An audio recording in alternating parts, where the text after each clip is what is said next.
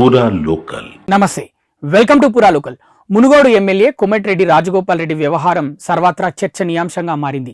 ఏకంగా సీఎం రేవంత్ రెడ్డిని లక్ష్యంగా చేసుకుని ఆయన చేస్తున్న ప్రకటనలు, ట్వీట్లు, ప్రసంగాలు కాంగ్రెస్ను ఇరకాటంలో నెడుతున్నాయి. అధికార పార్టీకి చెందిన ఎమ్మెల్యేనే ముఖ్యమంత్రిపై ఇలా బహిరంగంగా స్టేట్మెంట్లు ఇవ్వడం వల్ల అది ప్రత్యర్థులకు అవకాశంగా మారుతుందని అధిష్టానం దృష్టికి వెళ్ళినట్టు తెలిసింది.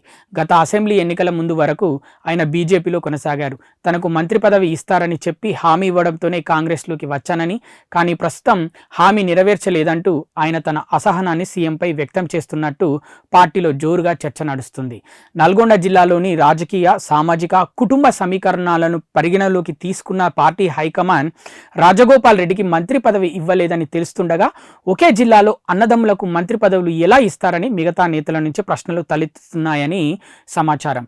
ఈ నేపథ్యంలో కోమటిరెడ్డి బ్రదర్స్లో ఒకరికే మంత్రి పదవి అని అధిష్టానం నుంచి మునుగోడు ఎమ్మెల్యేకు స్పష్టమైన సంకేతాలు అందాయని, దీంతో మరింత ఫ్రస్ట్రేషన్తో రాజగోపాల్ రెడ్డి ఈ విధంగా ముఖ్యమంత్రికి వ్యతిరేకంగా స్పందిస్తున్నారని పార్టీ నాయకులు చెబుతున్నారు. ఈ క్రమంలోనే తనకు మంత్రి పదవి రాకపోయినా మునుగోడు ప్రజలే ముఖ్యమంటూ పరోక్షంగా మంత్రి పదవిపై ఆయనకున్న మక్కువను బయటపెడుతున్నారని టాక్ వినిపిస్తోంది. 10 ఏళ్లు తానే సీఎం అని ఇటీవలే సీఎం రేవంత్ రెడ్డి ప్రకటించుకున్నారు. దీనిపై స్పందించిన రాజగోపాల్ రెడ్డి సీఎం వ్యాఖ్యలు కాంగ్రెస్ పార్టీ విధానాలకు వ్యతిరేకమంటూ ట్వీట్ చేశారు. తాజాగా సోషల్ మీడియా జర్నలిస్టులపై సీఎం రేవంత్ రెడ్డి చేసిన ప్రసంగాన్ని సైతం మునుగోడు ఎమ్మెల్యే తప్పుబట్టారు. ఉత్తమ్ కుమార్ రెడ్డి భవిష్యత్తులో ముఖ్యమంత్రి అవుతారని వ్యాఖ్యానించారు. మంగళవారం రాజగోపాల్ రెడ్డి చేసిన ప్రసంగం మరో వివాదానికి తెరలేపింది. అవసరమైతే మరోసారి తన ఎమ్మెల్యే పదవికి రాజీనామా చేస్తానని, ప్రభుత్వాన్ని మరోసారి ప్రజల కాళ్ళ ముందుకు తీసుకువస్తానని ఆయన వ్యాఖ్యానించారు. గతంలో ఆయన బీజేపీలో చేరకముందు కేసీఆర్ను ఎదుర్కోలేకపోతున్నారంటూ కాంగ్రెస్పై తీవ్ర స్థాయిలో విమర్శలు చేశారు.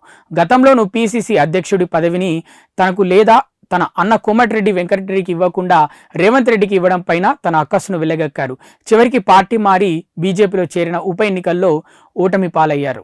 ఆ తర్వాత గత అసెంబ్లీ ఎన్నికల ముందు కాంగ్రెస్లో చేరి మునుగోడు నుంచి ఎమ్మెల్యేగా గెలుపొందారు. మీరు ఇస్తానని హామీ ఇచ్చిండ్రు, ఇస్తారా ఇవ్వరా అది మీ ఇష్టం. అవకాశం వస్తే ఎప్పుడన్నా నేను సీనియర్ కాబట్టి తెలంగాణ ఉద్యమంలో ఉన్నా కాబట్టి నాకంటే జూనియర్లకు నిన్న మంది వచ్చిన ఇతర పార్టీ వాళ్ళందరికి ఇచ్చారు కాబట్టి మీరు ఇచ్చిన మాట నిలబెట్టుకుంటే, మీరు ఎంపీ గెలిపియమంటే గెలిపించినాం, పార్టీలకు రమ్మంటే నువ్వు నన్ను నమ్ముకొని వచ్చినాం. ఇస్తారా ఇయ్యరా అది మీ ఇష్టం. కానీ నేను మాత్రం పదవుల కోసం ఎవరింటికి పోయి కాలు మొక్కి మనసు చంపుకొని దిగజారడం మాత్రం జరగదు. పని బతుకున్నాగా. ఇవి ఇప్పటి వరకున్న అప్డేట్స్. మరిన్ని అప్డేట్స్ కోసం చూస్తూనే ఉండండి పూరా local, your choice for local voice.